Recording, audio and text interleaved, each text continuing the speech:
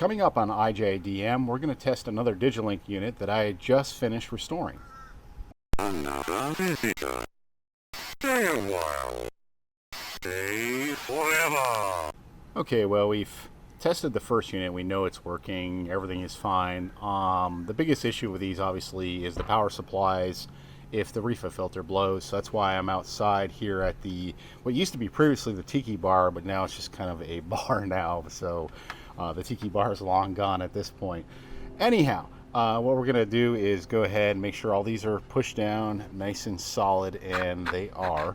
And I've double checked all the wiring as far as I can see, and there's a massive amount of wires in this unit that you got to connect up to these cards. So I've checked everything I can possibly check, so hopefully if there is something wrong it would just give me an error thing. But the main thing I want to know is if this power supply is going to blow a reefa, or if it's going to power up and give me a couple beeps, then I'll know it's okay. So let's go ahead and do that, not waste any time on this one. I got the power cord right here. I was waiting for you all before I did this, and yeah, if we're going to see an explosion tonight, this will be the thing, and there'll be smoke coming out of the unit somewhere. But hopefully that is not the case. We do not want any type of smoke, whether it be black, gray, brown, or whatever. All right, we're plugging it in. Okay, well, that is definitely worthy of a backup, which I'm going to have to do tomorrow. And I'm glad I didn't hook up any more of what I did. So hopefully it didn't fry the motherboard or anything. But yeah, that's a smell. I think that might have been the reefa. Well, that power supply, yeah, I may have to look around and see if I can find a replacement. It's just it has this extra little plug here, and yeah. Well, that'll do it for this ijdm. Hope you enjoyed the fireworks, and we'll see you next time. Okay, well, not the end, because that would leave you hanging for another 2 or 3 days or a week or however long it takes me to get back to this. I did take the card out of the camera and took a look at it in slow-mo. Best I could see between me and my wife was it was definitely something in this area and not actually the power supply.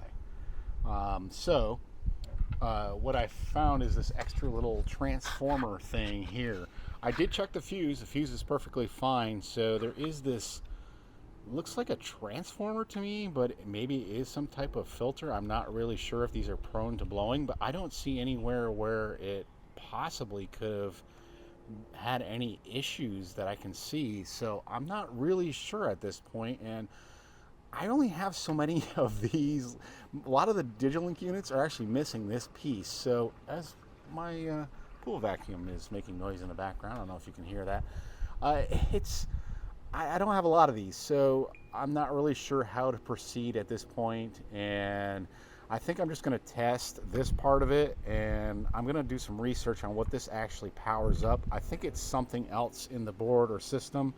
Maybe there is a crosswire that I did, and that could be part of the problem, but that's one of the things with fooling around with this older technology. And I think my next step is, rather than mess around too much with this system, I'm going to try to find one that's pretty much fully intact, everything's hooked up, and hasn't been taken apart and put together like this one. And the reason why this one is different, and a lot of them, and why I had to take it apart, was because of corrosion from the Varda batteries. Everybody knows about those little Varda batteries. I've clipped them all out. I've cleaned them with vinegar. I've given them alcohol baths. I've done all that ahead of time. Unfortunately, some of the boards are damaged, but I mean, as far as I can tell on the traces, I just kind of ranked them on a scale of 1 to 10. 1 being the worst, 10 being okay, this should still work just fine. There was some they had removed the Varda batteries, and most of those motherboards are perfectly fine. So what the case is here, I'm not really sure. It's going to take a little bit of research and figuring out what went wrong. Maybe it was something I connected wrong. As I drop the mic, retake.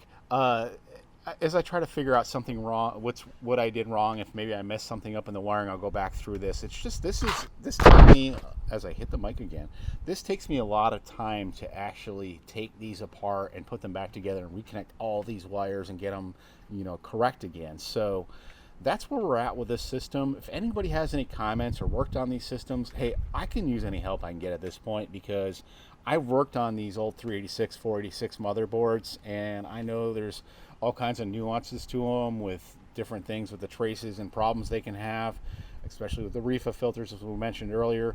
But it's a main thing that it's like these are more of a specialized system that CRD mentioned on his channel, that it's a specialized for a certain use. And because of that, there's a lot of extra stuff in here that I'm not used to dealing with on these 386 motherboards.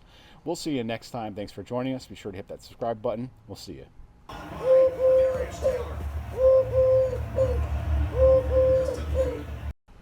As we lose daylight, I'm going to do one more power up test, but it's just going to be just this with the other part removed. This is just kind of some bonus coverage for you, and some of the aftermath stuff that we're dealing with right now. So I'm just going to plug this in as I move the microphone around again, and I'm going to plug in the wall and see if anything happens with this power supply now. Okay, the fan's running, no explosions, so the power supply is working, and I don't know if it's sending anything to the motherboard or not.